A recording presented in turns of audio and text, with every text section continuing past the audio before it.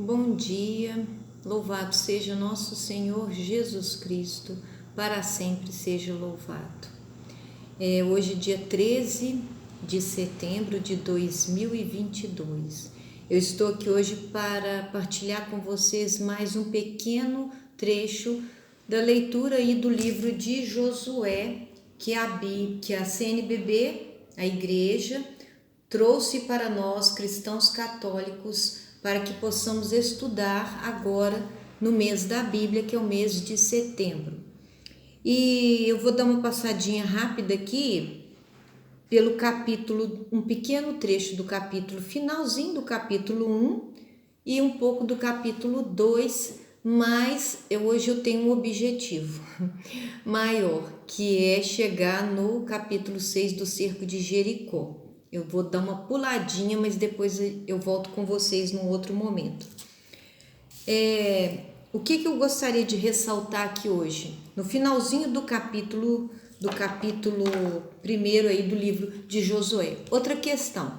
Outro dia uma pessoa me pediu, falou comigo, Lucileia, por favor, eu não sei, eu já procurei na minha Bíblia, eu não encontro o livro de Josué. Onde fica o livro de Josué?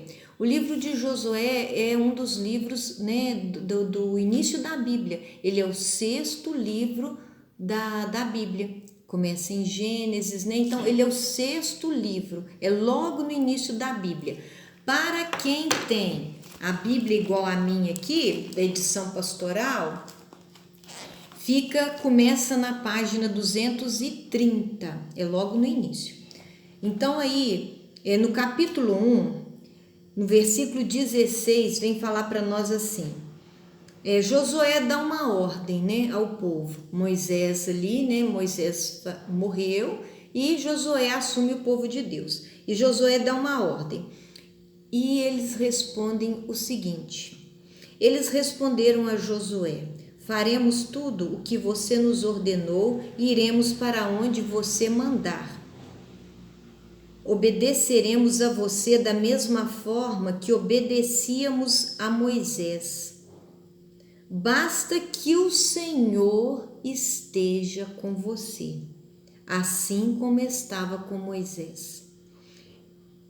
Quem se revoltar e não obedecer às suas ordens, sejam quais forem, será morto. Basta que você seja firme e corajoso. Aí agora eu vou dar um pulinho aqui.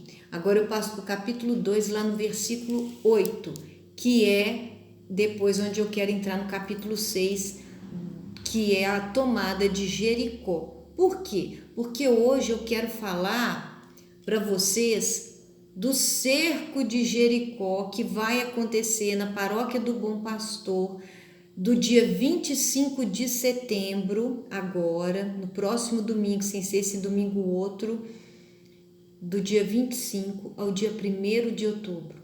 7 dias seguidos de oração, de cura, libertação, de batalha. Então aqui eu vou entrar um pouquinho para que vocês, né, quem não tem conhecimento, não fique completamente perdido. No capítulo 2, versículo 8, Josué manda espiões para Jericó, né? Eu acho que eu já comentei aqui no vídeo anterior, espionar a cidade procurando um lugar que eles pudessem entrar. Os espiões, eles vão na casa de uma prostituta, a prostituta Raabe. E Raabe acolhe eles. E alguém vai e fala para o rei, entraram 2 homens na cidade e eles são espiões. E eles estão escondidos na casa, eles estão na casa de Raabe, a prostituta. E os soldados do rei vão lá para a casa de Raabe procurar os homens de Josué para matá-los. E quando chega na casa de Raabe, os soldados, o que Raabe faz? Ela esconde os homens que Josué tinha enviado. E os homens, né, os soldados entram na casa dela, revistam a casa dela. Eles falam para ela: nós sabemos que tem 2 homens, né, 2 espiões aqui e que estão na sua casa. E eles revistam a casa de Raabe. E Raabe esconde eles. Ela esconde eles no terraço. E os homens, depois que revistam a casa, eles saem porque não encontram. Raabe havia escondido. E aí entra nessa parte aqui. Assim que os homens saíram, a Raabe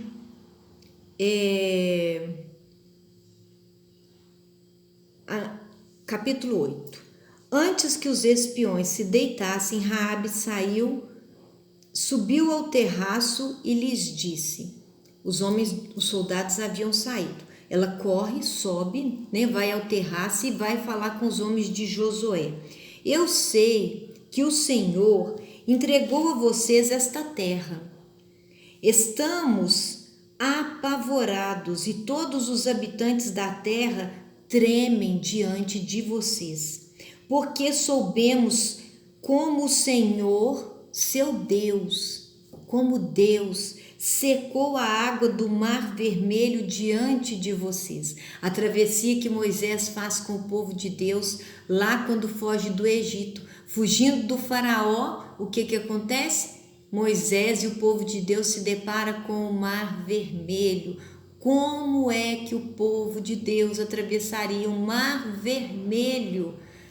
Uma muralha diante do povo de Deus. Atrás do povo de Deus vem quem? O exército do faraó, com todos os seus cavalos, cavaleiros, tropa, todos os homens, todo o exército do faraó, e o faraó vem atrás, ele libera o povo, mas depois ele volta atrás da palavra e começa a perseguir. O povo está fugindo, na frente do povo tem o quê? O Mar Vermelho. Como vai atravessar o Mar Vermelho? E aí Deus começa, né? Os milagres. Então a história já tinha se espalhado. Deus abre o Mar Vermelho para que o povo dele possa passar. E o mais interessante, que Deus seca o fundo do mar, além de abrir o mar, água daqui, aqueles 2 paredões de água. O povo de Deus começa a atravessar. Deus é o Deus de cuidado.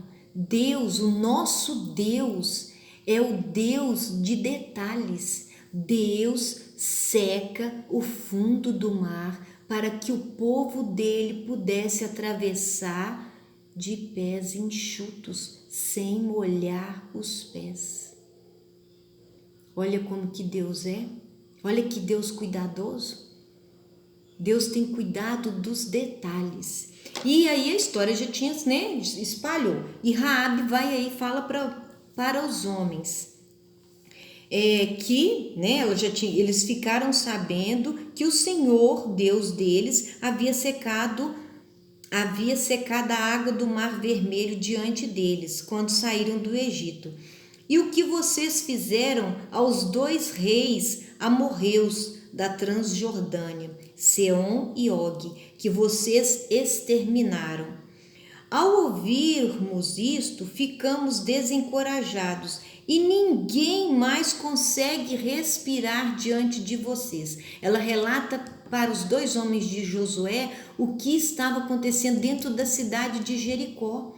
O povo de Jericó já tremia só de ouvir falar no Deus do povo de Josué, no nosso Deus, o Deus de Abraão, o Deus de Isaac, o Deus de Jacó, o Deus de Moisés, o Deus de Josué, o Deus daqueles 2 homens que estavam na casa dela. Ninguém mais consegue respirar diante de vocês, porque o Senhor, seu Deus, é Deus tanto lá em cima, no céu, como, aqui está escrito bem assim, como cá embaixo na terra. Agora jurem-me pelo Deus de vocês, que assim como eu os tratei com misericórdia, ela escondeu eles dos soldados. Vocês também tratarão com misericórdia a minha família. Dei-me um sinal seguro de que vocês deixarão com vida meu pai, minha mãe, meus irmãos e irmãs e todos os meus familiares, e de que vocês nos livrarão da matança.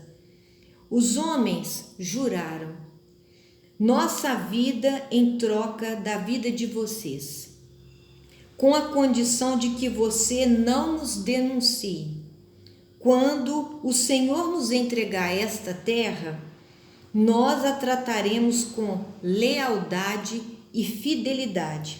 Então ela os desceu por uma corda pela janela, porque lhes disse: fujam para a montanha, para que os perseguidores não encontrem vocês. Escondam-se durante 3 dias, até que eles voltem. Depois continuem o seu caminho.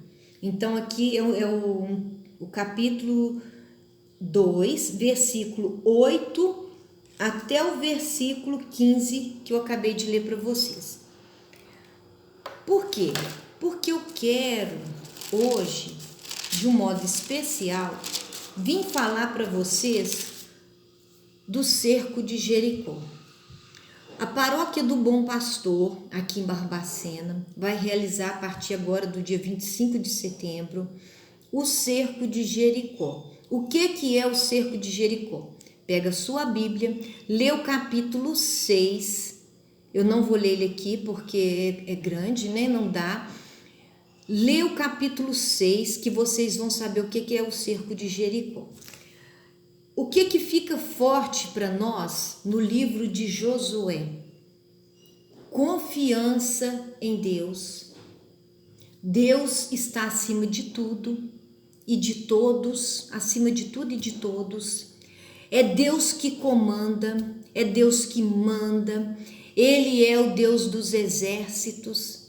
Ele é o Deus poderoso. Ele é o Deus de milagre. Ele é o Deus, o único Deus, o Deus de Abraão, o Deus de Isaac, o Deus de Jacó, o nosso Deus.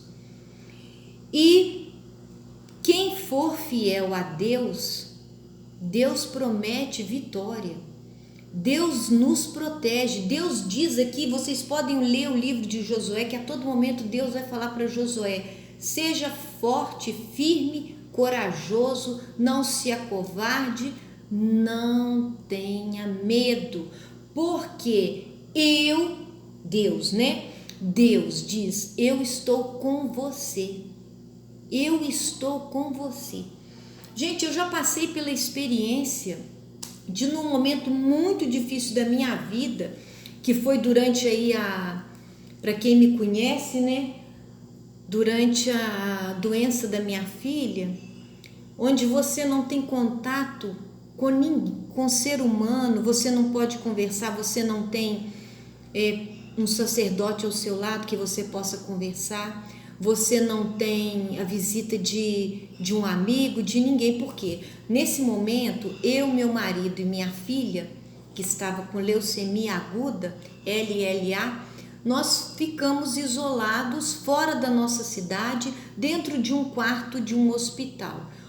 Todas as pessoas que entravam lá eram enfermeiros ou médicos, e nem o pessoal da limpeza. A gente não tinha contato com mais ninguém. Nenhuma pessoa da família a gente podia ver. Ninguém podia entrar dentro do quarto e nós também não podíamos sair. Por quê? Por questões médicas de contaminação. E aí, o que acontece numa hora dessa? Aonde você se apega? Aqui, ó. Deus fala conosco pela palavra. A palavra é o verbo encarnado, é o próprio Jesus.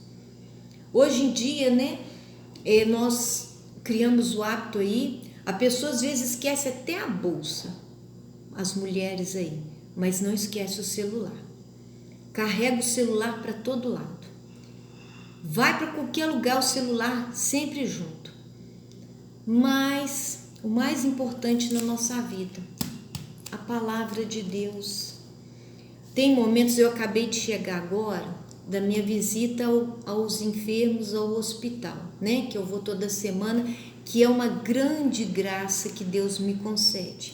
Deus me concede a graça de poder visitar os irmãos enfermos no hospital. É uma graça que Deus me deu, que eu abraço de todo o coração. Eu vou fazer uma visita, mas eu sou agraciada por Deus com tanta bênção, com tanta graça, com tantos testemunhos, com tantas coisas que eu vejo lá, com tantos milagres. São tantas situações que a gente vive, e eu vou hoje por conta de tudo que eu vivi há um tempo atrás, né?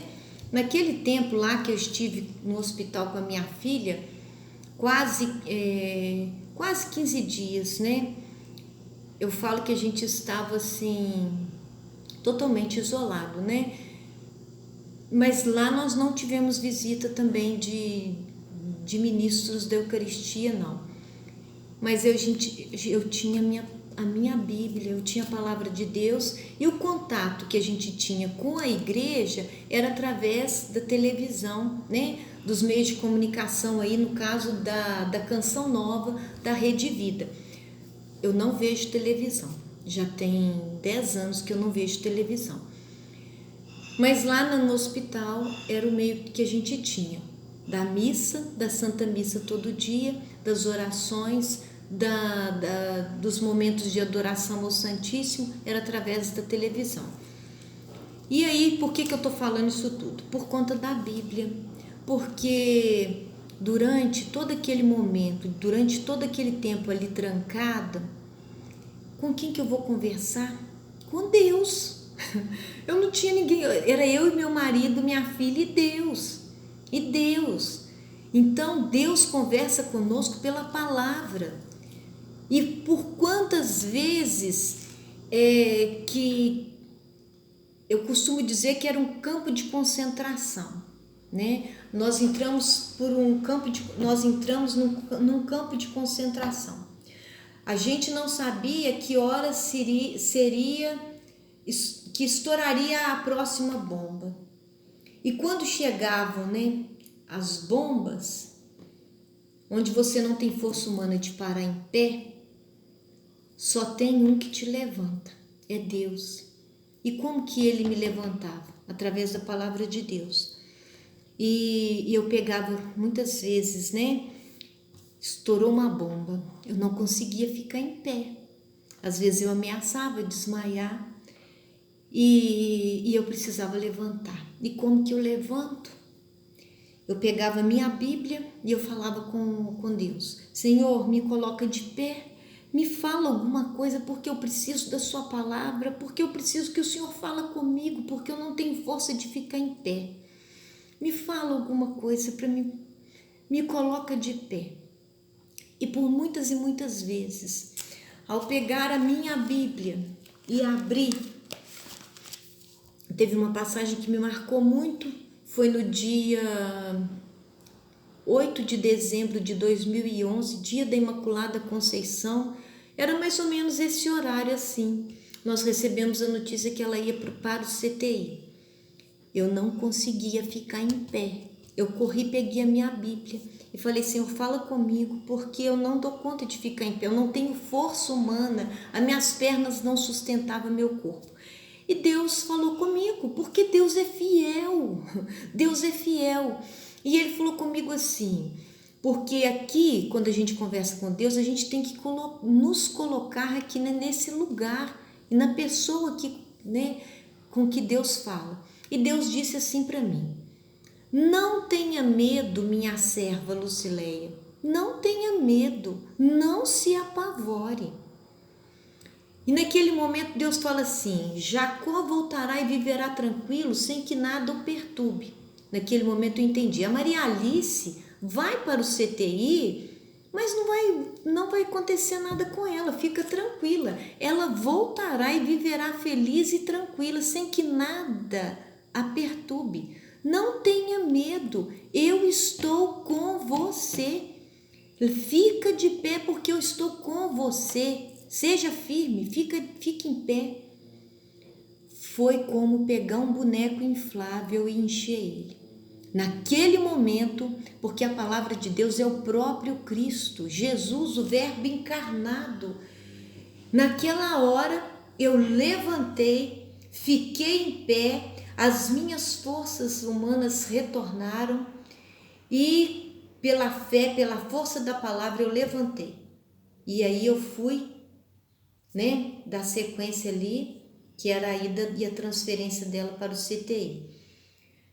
Então Deus fala para nós aqui no livro de Josué muitas vezes: seja firme, forte, corajoso, não tenha medo, eu estou com você, eu estou com você. E aí no cerco de Jericó, a paróquia do Bom Pastor vai realizar o cerco de Jericó. Por quê? O livro de Josué vem falar de todas as batalhas. A vida de Josué com o povo de Deus, com Moisés, depois de Josué, é luta, é batalha, é guerra. O que é a nossa vida aqui nesse mundo se não é uma luta, uma batalha, uma guerra que todo dia nós passamos por lutas, batalhas e guerras. Guerras às vezes espirituais, guerras, lutas, batalhas de saúde, lutas, batalhas financeiras, lutas, batalhas com situações de dependência química. Quantas pessoas estão sofrendo com dependência química? A dependência química é uma batalha espiritual. Com doenças, que humanamente não tem solução. Não só doenças. Eu participo muito de cerco de Jericó. Ontem mesmo comecei em família. Gente, se eu for contar para vocês todas as experiências que eu já vivi com o cerco de Jericó, assim, são coisas incríveis. Aquilo que humanamente, alguém chega para você e fala assim, humanamente é impossível. Não vou falar que só de doença, não. Situações de trabalho, situações de transferência. A última vitória que a gente teve aí foi a transferência do meu irmão para Barbacena. Meu irmão é militar, morava em outra cidade e nós realizamos um cerco de Jericó 1 ano atrás, pedindo a Deus a transferência do meu irmão para Barbacena. Humanamente era impossível. Por quê? Não era só a transferência do meu irmão. Para o meu irmão voltar para Barbacena, tinha algo muito maior que precisava acontecer, que eu não posso citar aqui. Uma coisa que não tinha condições humanas, nós humanos, nós família, ninguém, não tinha uma pessoa que pudesse resolver a situação, que era uma situação muito maior, que tinha que acontecer primeiro para depois a gente conseguir pedir a Deus, para que acontecesse a transferência do meu irmão. Era impossível, humanamente impossível. Nós rezamos e batalhamos, nós lutamos 7 dias seguidos o cerco de Jericó pedindo a Deus. Primeiro, esse grande milagre, essa muralha precisava ser derrubada. E depois dela derrubada, nós precisávamos que, se fosse da vontade de Deus, que nos concedesse a graça do meu irmão vir com a família dele para Barbacena. E fizemos o cerco de Jericó 7 dias seguidos de oração, de luta, de batalha. Passado o cerco de Jericó, nós terminamos ele no início de setembro, quando foi no final do ano, aquele milagre impossível aconteceu. Aconteceu aquele milagre impossível. Hoje, todos os dias, aqui em Barbacena, quando Esse milagre que eu falo, ele voa. E todas as vezes que eu escuto ele voando aí no céu de Barbacena e que eu vejo ele voando, eu ajoelho e agradeço a Deus, porque eu sei que foi Deus que concedeu esse milagre. Deus concedeu esse milagre para nós. E meu irmão depois, então em dezembro nós já tínhamos a notícia de que o milagre já estava a caminho. E depois, logo em seguida, confirmou, Deus nos concedeu o milagre, Deus derrubou a muralha, Deus abriu o mar vermelho, concedeu para nós a graça e depois dessa graça que era o mais difícil, a transferência do meu irmão, e Deus não realiza a obra pela metade, veio a transferência e meu irmão está aí através do cerco de Jericó. Eu estou contando uma e eu não estou contando tudo porque eu não posso falar aqui, mas era uma coisa impossível. Não é só uma transferência de uma pessoa, é algo muito maior do que isso. E a paróquia do Bom Pastor agora, mês de setembro, a igreja traz para nós Josué, a maior batalha que Josué teve que lutar, que ele encontrou na frente dele, depois de atravessar, quem atravessou o povo no Mar Vermelho foi Moisés, mas aí Josué encontra a cidade de Jericó diante dele. Aquela cidade era prometida ao povo de Deus, Deus prometeu aquela cidade para Josué. Deus disse, eu vou dar a você a cidade. Eu já comentei isso aqui no outro vídeo. Mas para isso, vocês vão ter que fazer o seguinte. E aí começa. É o capítulo 6 do livro de Josué. O Senhor disse a Josué, veja, eu estou entregando em sua mão a cidade de Jericó, junto com o rei e os soldados. Deus disse para Josué, eu vou te entregar, eu estou te entregando a cidade de Josué. Gente, nós não temos condições de nada. Eu não sou capaz de levantar dessa cadeira que eu estou sentada e caminhar se Deus não me der a graça de caminhar. Tem gente que acha que tem poder. Tem gente que pensa que é dono de si, tem gente que pensa que tem o poder de realizar qualquer coisa. Nada, eu não posso fazer nada, eu não posso realizar nada, eu não posso colocar a mão aqui nesse óculos se Deus não me conceder a graça. E tem gente que acha que tem poder, tem gente que acha que é dono de si, de resolver coisas, de resolver situações. Meu irmão, você não pode. Só se Deus te conceder a graça. Às vezes as pessoas me perguntam assim, Lucilene, você vai poder vir aqui amanhã? Eu cumpro escala, né? Eu acabei de dizer que eu estou chegando do hospital. Lucilene, você vai vir no hospital semana que vem? Eu não sei. Se Deus quiser, se Deus me conceder a graça, eu venho, mas depende de Deus. Eu quero, Deus sabe, porque Ele tem que saber a minha vontade. Eu me coloco à disposição do Senhor. Senhor, eu quero servir o Senhor.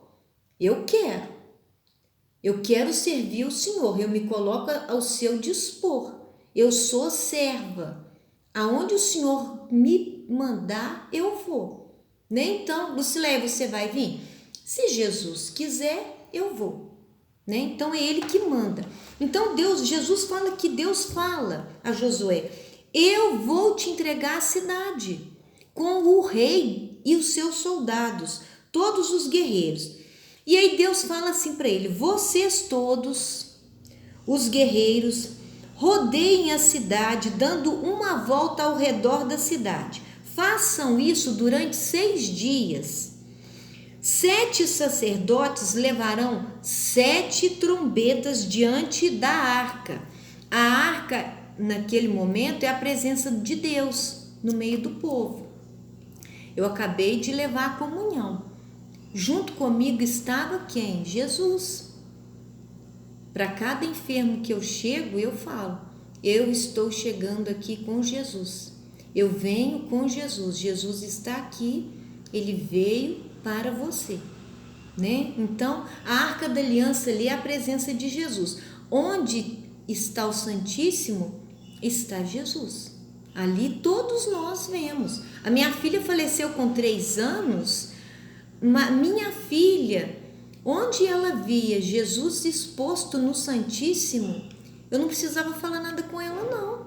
A minha filha, por ver nós ajoelharmos diante de Deus todo joelho se dobra no céu e na terra, a minha filha, uma criança de 3 anos, imediatamente ela ajoelhava, porque ela sabia que ali está o rei, diante do rei todo joelho se dobra. Então Deus fala com ele: 7 sacerdotes levarão 7 trombetas diante da arca do Senhor. O que tinha dentro da arca? O cajado, o maná e os mandamentos. Aqui vocês não vão conseguir ver, mas aqui tem os 10 mandamentos. Na arca tinha o cajado, o maná e os 10 mandamentos. O próprio Cristo, né? O próprio Deus. Aí a Arca da Aliança é a presença de Deus. O exército nunca saía sem a Arca da Aliança, porque o exército não pode ir sem Deus. Nessa batalha que nós vamos realizar agora, dia 25, aqui na Paróquia do Bom Pastor, em Barbacena, matriz do Bom Pastor, é uma batalha com Deus. Deus vai à nossa frente.